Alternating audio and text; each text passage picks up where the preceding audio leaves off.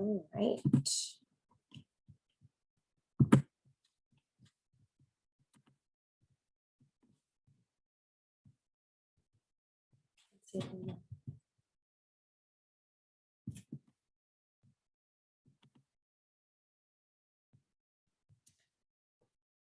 Okay. Welcome everyone to our second quarterly lunch and learn. I know it's a little bit early for lunch, but if you're like myself, then you can sip on coffee, enjoy the presentation, or you're on the West Coast, maybe some breakfast. So today's presentation will be about family caregiving and the Biden administration. My name is Justine Spear. I am the Member and Fund Development Manager here at NAC, and it is my pleasure to welcome you all to this today.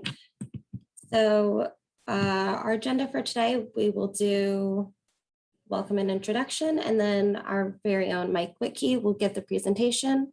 Then we'll go to a Q&A and a discussion, and it is absolutely our hope that as we have so many people here today, that we have a lively discussion. And then Patrice Hines will give our closing remarks.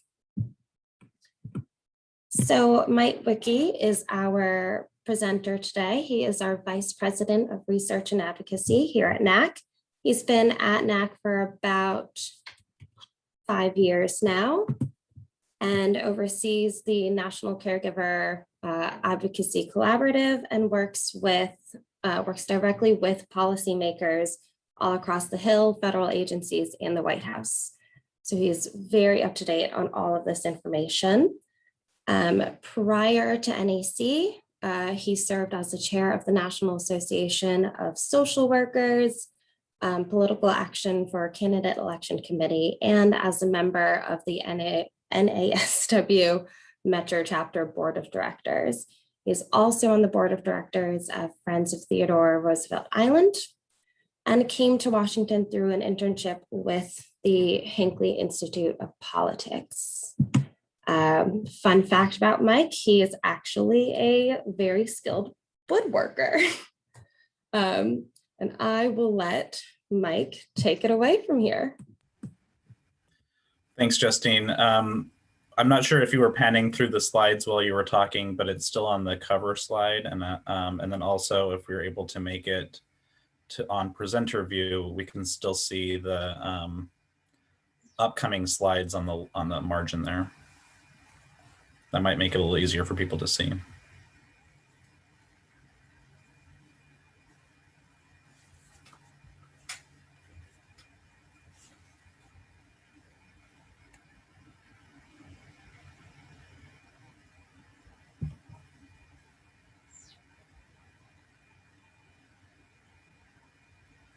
Okay, that looks better. Okay. Great, let's go ahead and get started. Hi, everybody. Thanks for being here today. Really appreciate you not only joining, but your support as members of the National Alliance for Caregiving. We couldn't do what we do without your membership, and so it's very much appreciated. Today is a little bit more of like just a casual sort of discussion over what activities have been taking place around the topic of caregiving as it relates to the Biden administration. So I want to start by not only taking a little bit more of a deep dive into how the administration has been addressing these policies as they relate to caregiving, but we'll go through some of the history of how all that came together, and then maybe look into what might be in store for the future of the administration and some next steps beyond what's just happening currently on Capitol Hill and in the White House. Actually, issues related to caregiving have been really gaining a lot of attention over the past few years, and even more so after the pandemic broke out. This is something that has really kind of come from a subject where we've been trying to make sure that caregivers are talked about and being discussed more by policymakers and people who are working to serve them, but it's really now kind of hitting the mainstream, especially through the attention the administration has been putting on the issue. And, you know, the other groups like ours and those on this call and a lot of our colleagues have been really prioritizing this population a lot more. So we're really it's really exciting to see that there's a much more robust conversation and discussion around policies affecting this population over the last little while here. So what the plan here is that I'll start by discussing a little bit about what language the Biden campaign started using before it was a Biden administration around caregiving. And then I'll talk a little bit more about Biden administration's Build Back Better plan and what sort of language has been shared through that work around this population, how the Biden administration's current budget priorities are shaping out, and then we'll look at what's happening with the National Family Caregiving Strategy that's taking place under the Administration for Community Living. And I apologize, I woke up this morning with a little bit of a hoarse throat, so I'm going to try and talk calmly and softly just to maintain as much as possible. And if I need to take a break for a sip of tea every now and then, I hope you'll excuse that. And I think that as we're making this more of a casual sort of lunch conversation, this isn't meant to be a really highly intense presentation. So we can go ahead and get into some discussion afterwards if there are questions that you have, or if I can make a finer point on some things that I cover here in the presentation. Okay, so you can see on our screen here that we just want to start by revisiting our vision, our mission, why we do the work that we do, what drives us every day, that we're passionate about, making sure that we see that we are achieving our vision of a society that values, supports, and empowers family caregivers to thrive at home, work, and life. And if you can go back, thanks, that's good. I'll just, if it's all right, Justine, I'll just give you a heads up when we can advance to the next slide. And then our mission is to build partnerships in research, advocacy, and innovation that make life better for family caregivers. So we sort of think about the research as why we need to do what we're doing, what the advocacy is how we can be doing that, and then innovation is what it looks like when policies put into practice. So our advocacy work specifically advances caregiving as a public health issue and builds awareness that fosters a national conversation that will empower caregivers to, like I was saying, thrive at home, work, and life. And I'll share our core advocacy principles because these will come back into the conversation a little bit later in the presentation.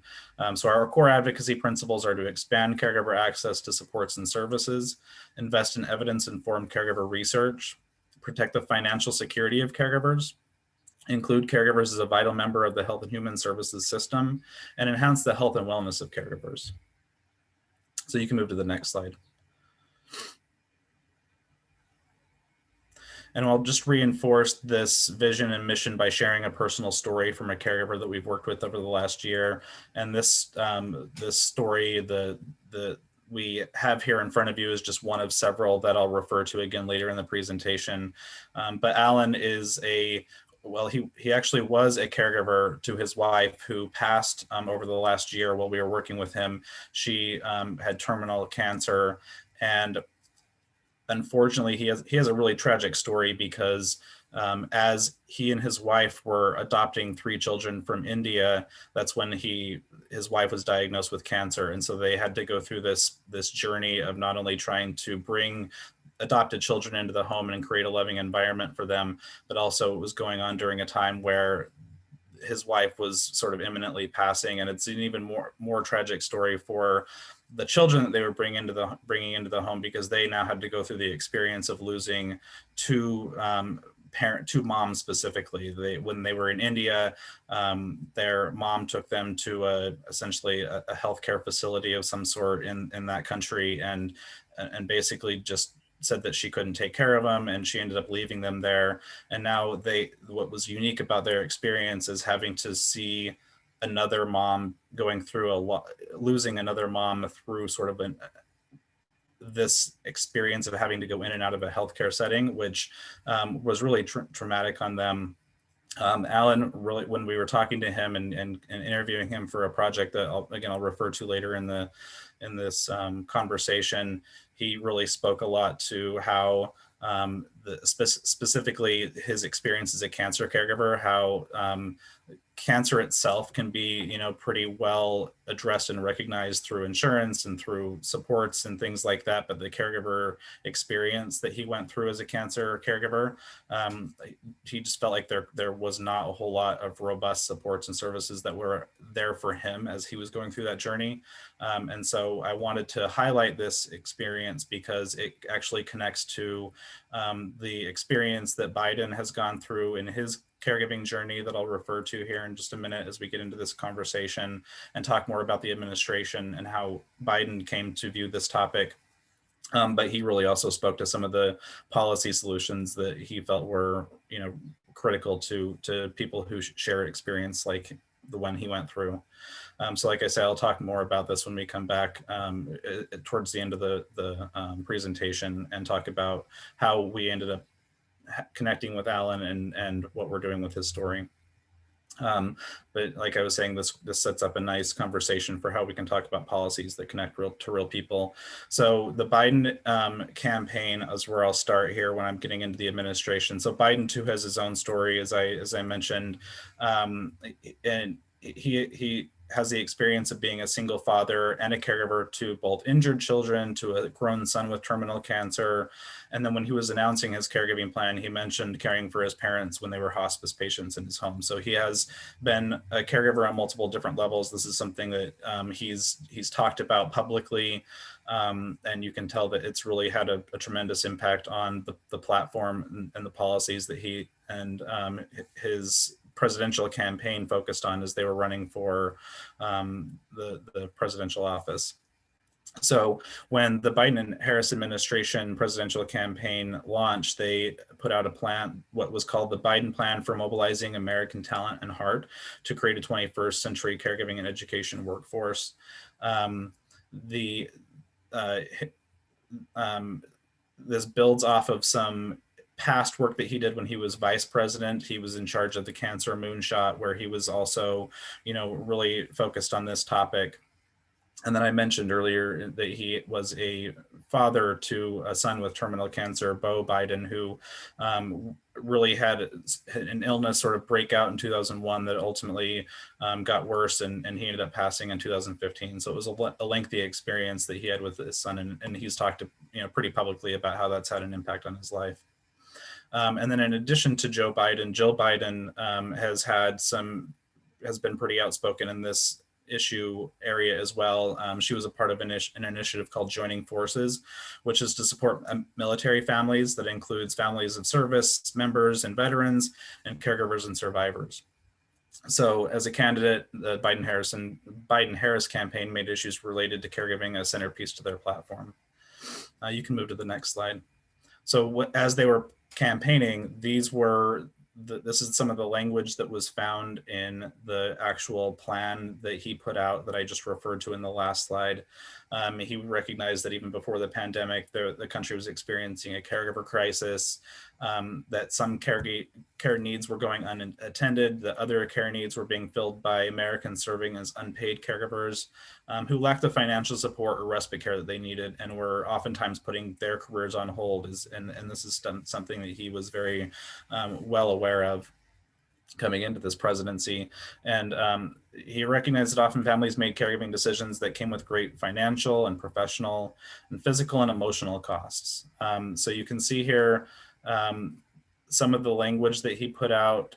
Actually, the most specific and targeted language that was in the plan, it was in the caregiving plan under the presidential campaign, that targeted what they referred to as informal or unpaid family caregivers, was a proposal for a tax credit, which there's actually been a bill that's been introduced. There's a couple of tax credit bills, actually. The Credit for Caring Act and the AGE Act, I believe, is the second one. The Credit for Caring Act had some pretty strong bipartisan support in the last Congress, and we're excited to see where that goes. And then he also put out a proposal to make sure that as caregivers take time off for providing care to their loved ones, that they would still be able to earn Social Security credits. That it should help them be able to maintain some sort of viability when it comes to earning their Social Security later on in life. Those are the two most specific policy proposals that came out in his presidential campaign, but he also talked about expanding access to a broad array of long-term services and supports in local settings. And he also talked about expanding access to dignified care for older Americans and those with disabilities. So there was a sort of a two side of the coin where he was looking at the unpaid family caregiver, but also what would need to be done to strengthen the paid direct care workforce to be able to relieve some of the burden off of families who are really shouldering a lot of that work. So you can go to the next slide here. Okay, so now we move into Biden as the president and putting out his Build Back Better plan as a part of his economic recovery package. He had sort of a three-part agenda that they referred to as rescue, recover, and rebuild the country. So the first part of it was an economic plan, or I mean a bill that had already passed that was related to COVID-19 relief. And now there's two plans that are going through the debate right now that he has announced in his last State of the Union address. Well, it was not officially a State of the Union. I should correct myself. It was just a joint member Congress address. And he referred to the American Jobs Plan and the American Families Plan, which are sort of two sides of a larger economic recovery package that he's really trying to equate to an investment in America that really hasn't been seen since we built the interstate highways and invested in trying to win the space race. So he really sees himself as a transformational president, but as he's expending the political capital that he has coming into this office, you can see through the language that he's put in the American Jobs Plan and the American Families Plan that issues related to caregiving is really something that he not only campaigned on, but wants to bring into his presidency. And is making a strong priority early on. So I pulled out some of the language from the American Jobs Plan and the American Families Plan that specifically relates to this topic of caregiving. And I'm just going to take a sip of tea here because my throat's starting to dry out a little bit. So in the American Jobs Plan, he called on a $400 billion investment to expand access to quality and affordable home and community-based care, recognizing that this is something that was sorely needed for families who are shouldering these caregiving responsibilities to help build out that care infrastructure. I won't read the slide here, but you can take a look through as I'm talking, but I'll give you a little bit more sort of highlight behind what the two bullets there around expanding access to long-term care services under Medicaid. Putting the administration believes that more people should have the opportunity to receive care at home in a supportive community, and that he would expand access to home and community-based services and also extend Money Follows the Person program that supports innovations in delivery of long-term care. So that's one of the sort of core pieces that he has put together that would address the care really the direct care worker shortage that's out there. And then he also is talking about trying to strengthen those jobs by putting in an infrastructure that would make paid caregiving jobs something that would allow an opportunity into the middle class by giving people the option, really fighting for the option for people to be able to join a union and be able to collectively bargain, saying that the home and community-based expansion under Medicaid can support the well-being of caregiving jobs that include benefits and the ability to really improve the quality of services and supports to caregivers and potentially their wages. So then we get into the American Families Plan, which is the other side of this economic recovery package that he's putting out there. And really the biggest thing that specifically spoke to this population of caregivers was a proposal to provide families with up to 12 weeks of paid family and medical leave saying that it would likely put 3 million Americans to work in new care and education jobs and increase overall employment by about 5 million, after taking into account the economic impacts of increased labor force participation after unpaid caregivers are freed up to pursue paid careers if they choose to do so. So the on one side of the coin, you have the plan under the jobs plan to be able to support the care workforce that needs to be there. And then on the other side, being able to provide some economic relief to families who are working or who are not able to work because of caregiving responsibilities. So you can go ahead and go to the next slide. Okay, so the Biden administration has put out their fiscal year 22 budget, and the president's budget really is a proposal that serves as a starting point for Congress to consider. Congress isn't under no obligation to adopt all or any of the president's budget and often makes significant changes.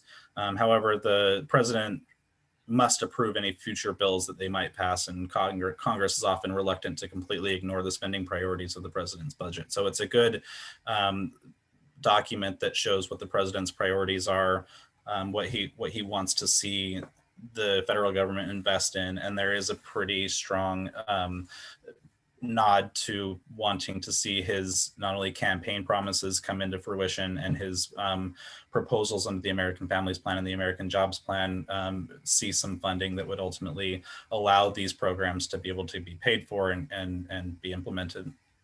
So you can go to the next slide.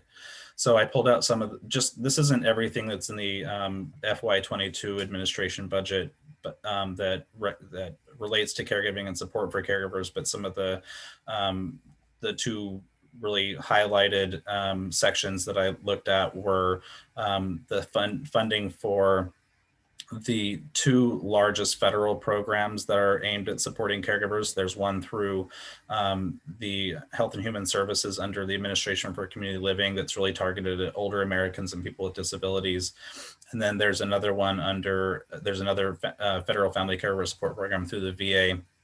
One of the things that I think is interesting as you're reading through this, and it can get a little bit dense to look at numbers like this, you can see there's a pretty significant increase that he's calling for in some of these caregiver support programs that are typically around 33 to 45% of an increase for the existing caregiver support programs that are out there, and that he's calling for a doubling of respite funding from 7 million to 14 million.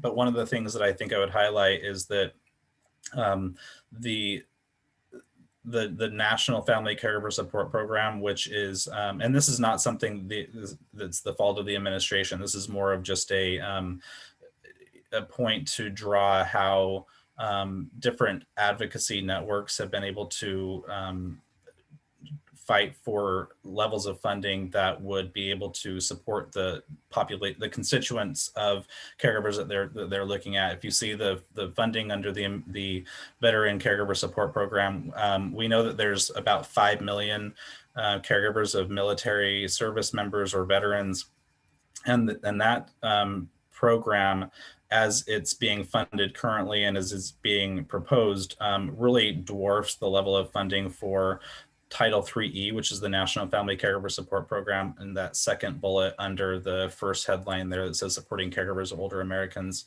and people with disabilities. You can see that there's a little over $1 billion that's being proposed for that population of 5 million military and veteran caregivers. But even if you just look at the population of Alzheimer's or dementia caregivers, there is at least 15 million of those caregivers, and that doesn't include people who are caring for those with other conditions or disabilities.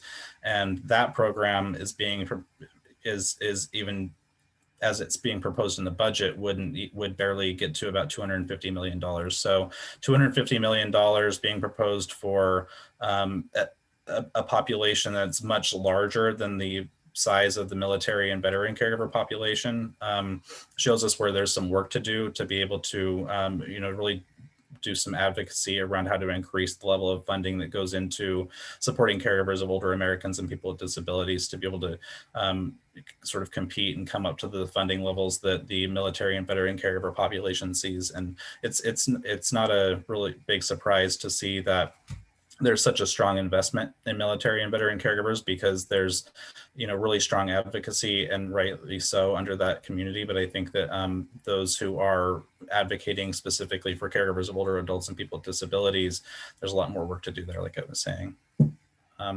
So you can go ahead and go to the next slide.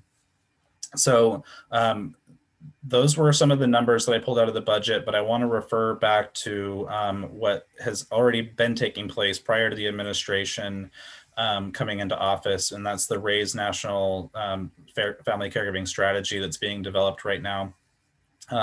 There's an initial report to Congress that was just in the last month or so voted into clearance, and it's going through its final processes of being designed and laid out so that it can be delivered to Congress in the next month or so, I imagine. We don't have an official date on that yet, but it should be this summer, that initial report to Congress that the RAISE Family Caregiving Advisory Council has put together. They adopted their 26 final recommendations last November. And like I say, in just a month or so ago, they approved the final report. So they first voted on the recommendations, and then they voted on the final report. And now they're going back to work to do the second phase of their work, the work that they were tasked with doing. The first phase was to vote in a set of recommendations. And then the second phase is to work on a national strategy, which should be ready the first part of next year. And what's significant about the work that the RAISE National Strategy is doing is two things. I referred to our advocacy priorities earlier in this presentation when I started, and you can see that they almost word for word match up with the goals and the overarching recommendations that were voted in from the RAISE National Strategy. So we were really encouraged to see that the work that our network has done to put together these advocacy priorities were adopted by this federal body that is housed under the administration. The bullets that you see here are overarching topics that have sub recommendations under them, and that's where you see the 26 final recommendations. If you go to ACL/RAISE, you can see all of those recommendations as they were voted in word for word.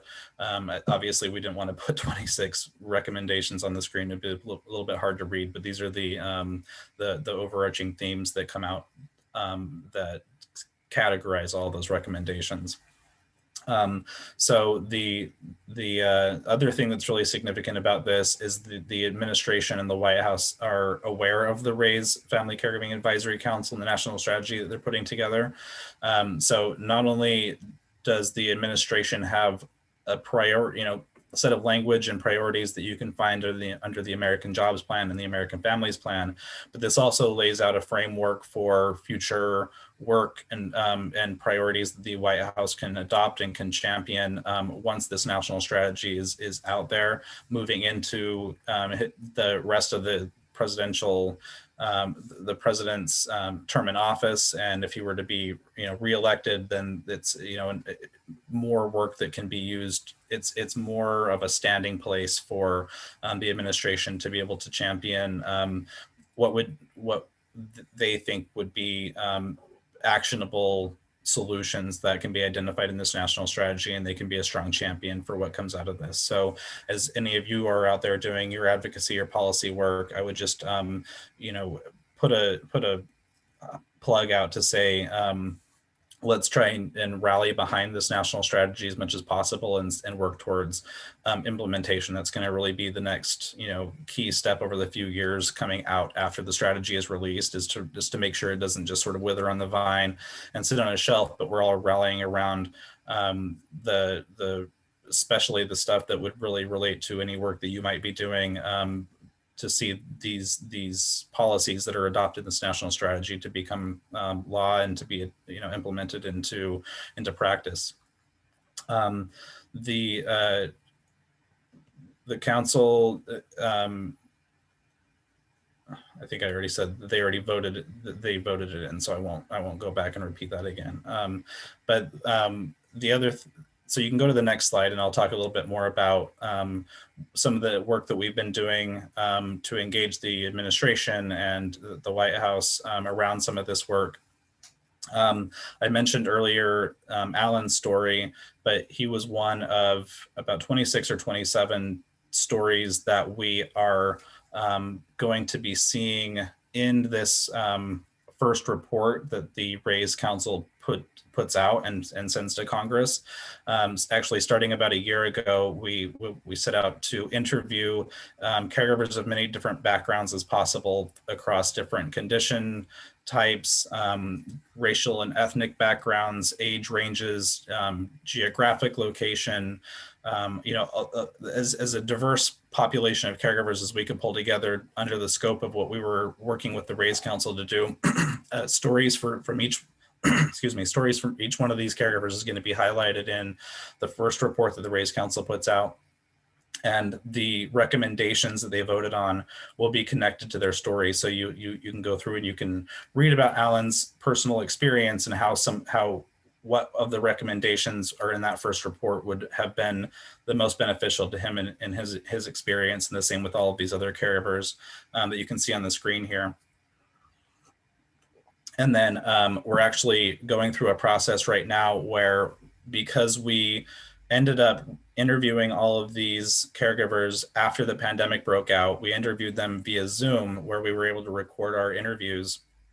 And so we're taking those recordings and we're editing them down into smaller sound bites that can be shared on social media and at events and things like that, that are about 2 to 3 minutes long, that let the caregiver speak from using their own voice to tell their story in a really succinct and edited way, that and each of those edited videos that we do from each of these interviews will accompany the vignettes that we wrote for each of them in this first report to Congress. So when you get the report, you can read their story, you can see what recommendations link to them, but then you can also click on a link and then you can hear them tell their story from their own words. So it's a little bit more of an interactive way of being able to highlight the experiences that they went through. So that's one thing that we've been working a lot on over the last year. Really big shout out to Lauren Tokarwich on our team, who's done a lot of work helping do the interviews, doing the editing the videos that we put together. And really staying in touch with all these caregivers and including them in this process. We invited all of them into our advocacy collaborative that my colleague Karen Marshall is in charge of organizing and directing. We meet once a month and we sort of talk about issues of the day. Anybody, especially as it relates to policies on the topic of caregiving. So anybody who's interested in learning more about the Advocacy Collaborative or would like to join, just send me an email or Karen an email, or you can send Justine an email and we can get you connected to that Advocacy Collaborative. It's a network of people from around the country who are working with caregivers, doing advocacy or doing some sort of policy work. But it's also open to anybody who might be doing advocacy on the national level. We've invited people who are a part of a lot of the national coalitions that we work with to be a part of it. So it's a really strong place for national and state level advocates to be able to come together and connect, whether they're people who work with caregivers or whether they're caregivers themselves. It's a pretty strong network, and it's been growing quite a bit over the past couple of years. And that's where that's the group that ultimately helped discuss and decide what our advocacy priorities would be that we mentioned earlier in this presentation that were ultimately adopted into the RAISE Council work.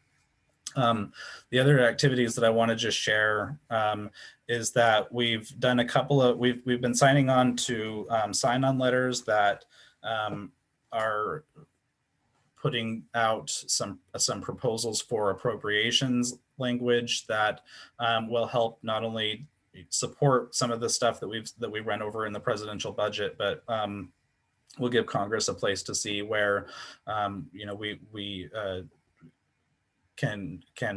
be investing in these programs that currently exist.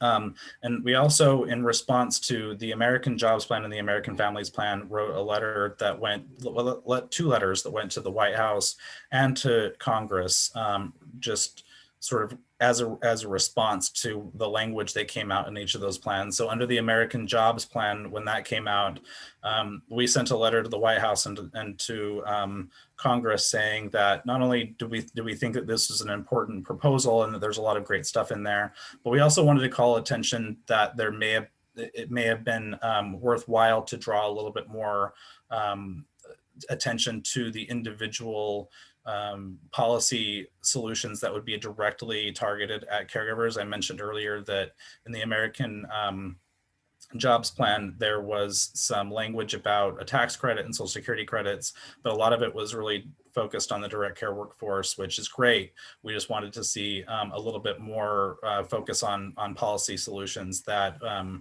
could directly benefit the caregiver as an individual entity. So we highlighted some recommendations that that could be taken into consideration. Those are attached to this meeting invite, so you can take a look at that letter. And then when the American Families Plan came out, we partnered with Us Against Alzheimer's and the ARC to send a joint letter to the White House and to the Hill to say that we thought that the paid leave issue being included was, something that would be a potential benefit for this population, but we wanted to make sure that the caregiver portion of as the paid leave proposal was put out there, it was to say that paid leave should be available for new parents, people who are taking time off to care for their own conditions, and people who are taking time off to care for somebody that's close to them who has a serious condition. And as policy debates have been going around paid leave over the last couple of years, and as there's been sort of an uncertainty as to whether a paid leave program would only be there for new parents or would also be inclusive of caregivers. And we just wanted to make sure that there was a constituency voice saying that we thought that if any, as these policies are being debated, that they make sure that they don't leave out that population when negotiations are taking place. So we laid out a set of principles and priorities that we thought were important for this population in that second letter, that joint letter, and that's also attached to this meeting invite. And then you can go to the next slide here. So these are just some recent articles that came out that specifically relate to the Biden plans through the campaign, and then also into the presidency in New York Times and Wall Street Journal, where our CEO, Grace Whiting, has been interviewed for all of these and has been helping sort of draw attention to what's in these plans, how they would be useful for this population. So getting the word out there through media, getting the word out there through the caregiver stories, having an impact through the letters that we've sent up to the president and to leaders on the Hill, are just a sort of a snapshot of some of the activities we've been doing recently. In addition to working with some of our national coalition partners who are, bringing together constituency advocates that are looking, across the conditions that caregivers are caring for through the Alzheimer's and dementia and cancer and all those sort of communities, but also through aging and disability communities, through patient advocacy organizations, a lot of those different groups that we're a part of, we're helping, shape that voice as all of this comes together. So it's a really exciting time to see all of this work moving forward, how much debate and how much attention has been drawn to this population. It's unfortunate that it took the pandemic to really highlight the needs, but we're really encouraged by the response that has been coming from this administration, and we want to just kind of keep pushing them to think more creatively and to make sure that they're keeping this up and that they have the support when they need it. So I'll stop there, and I'm happy to engage into some conversation or some questions if there's anything that I can elaborate on or make a little bit more clear.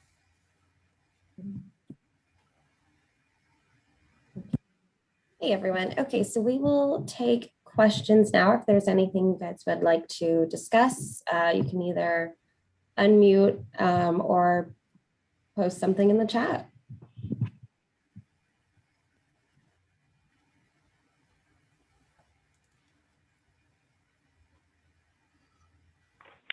Hey, Mike, can you hear me? Yeah. I'm just curious what you're hearing in terms of the political climate, in terms of, acceptance or pushback when it comes specifically related to the policies that are more caregiver focused in the larger plan. On both sides of the aisles, what are you hearing? Yeah, I mean, the thing that really is top of mind, and thank you for that question, that's a good question, is that when the American Jobs Plan came out, it was framed as an infrastructure package. And a lot of the pushback that came from that proposal was that sort of these caregiving policies were not traditional infrastructure. And so as there's this debate around how much should be spent on a package like this, it's really of concern that that part of the infrastructure package would be potentially left out or would be weakened in some way because it's not thought of as traditional infrastructure.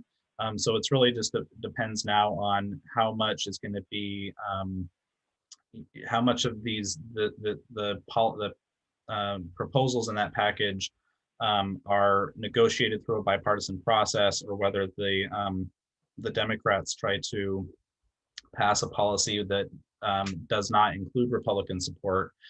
That's still to be seen. There were some talks that the White House was engaged in around negotiating with Republicans that broke down and ended just in the last week or so. There's a bipartisan group on the Hill who are now debating what should be in an infrastructure package. And so we're waiting to see how that sort of shakes out.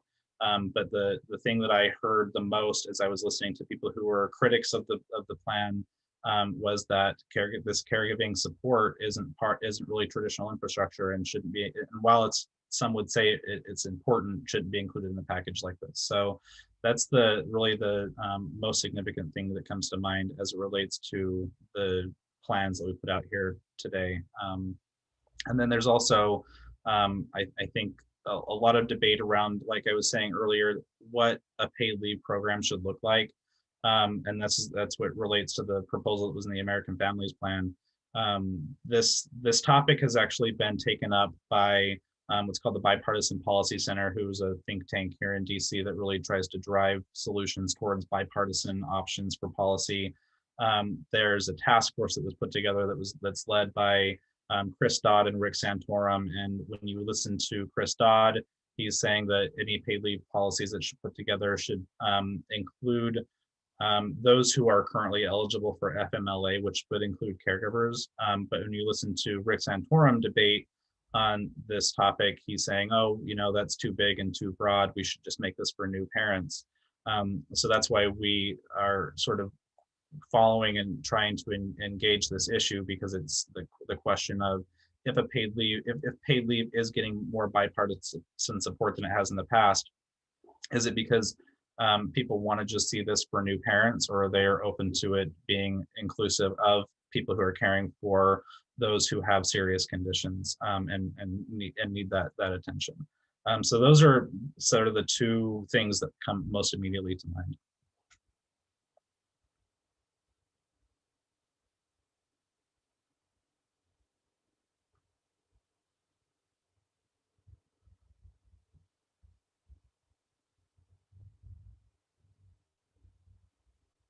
Any other questions out there?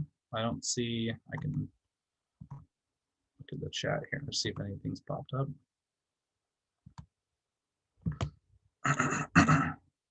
Again, sorry for the hoarseness in my voice. Hi, can you hear me? Yep, I can hear you.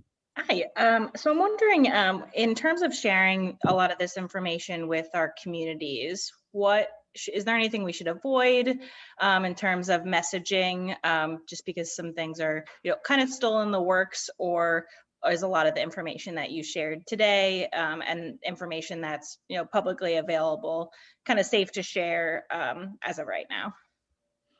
I mean, I wouldn't necessarily say that there's anything that you should have to sort of shy away from that comes to mind immediately. I think that if anything,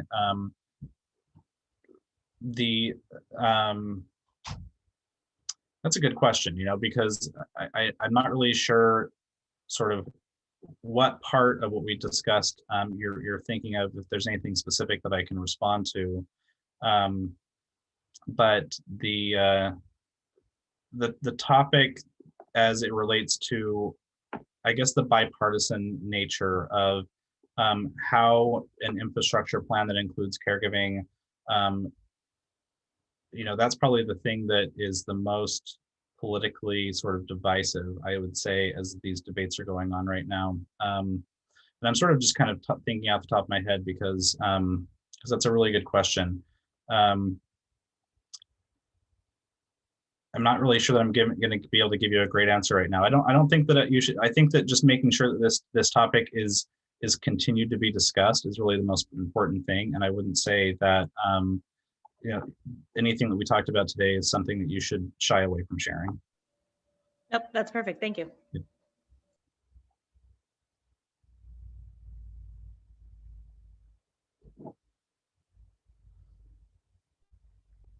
And if there's something that we can, follow up with you on as you're trying to share with your network, if there's something you'd like to take a look at or provide more information on, just let us know. We're open to you anytime you need us. If there's anything that we can help, look at or provide some additional language or context or anything like that, we'd be happy to do so. That would be great. Thank you. Yeah, definitely.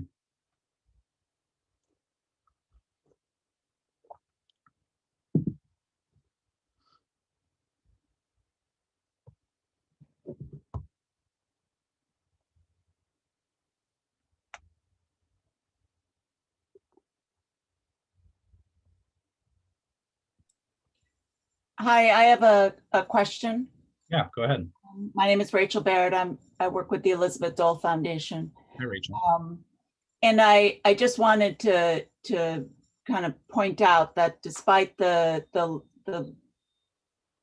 more money in your comparison being allocated to military and veteran caregivers, and based on the research from the RAND Corporation, they do tend to, I don't want us to set up a comparison and say, one is more needy than the other, and deserves more money. All family caregivers, all caregivers need to be lifted up.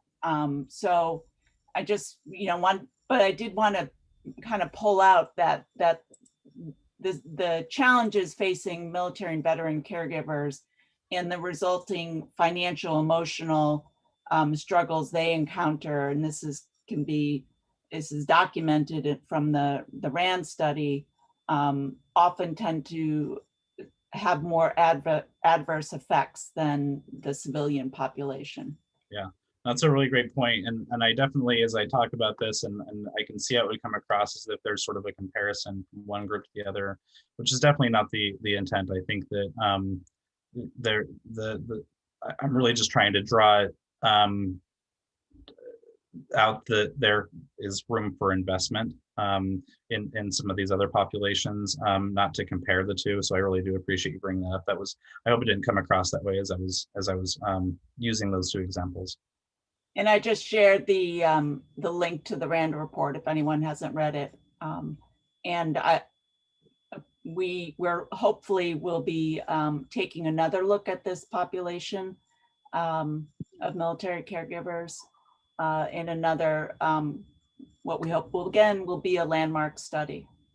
That's great. And thank you for sharing that. And thank you for bringing that up. I'm sure that it probably came across maybe as if I was comparing one group to the other.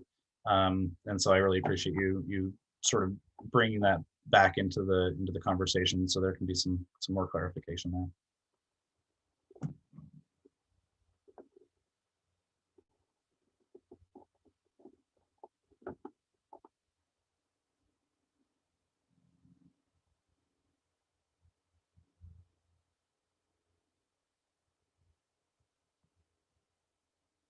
Okay, any other questions? or comments?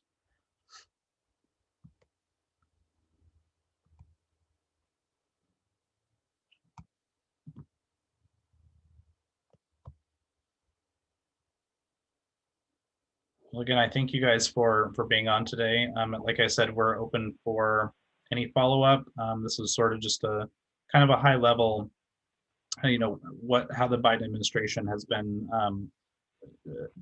sort of bringing this narrative from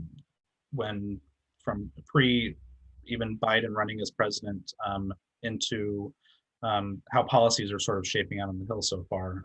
But happy to sort of get into the weeds a little bit more or have further follow-up discussion one-on-one with anybody if they're interested in it.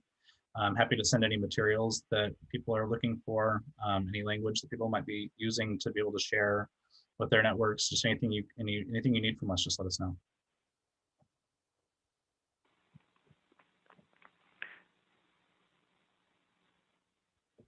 Pat, you're on mute. I can see you're trying to speak.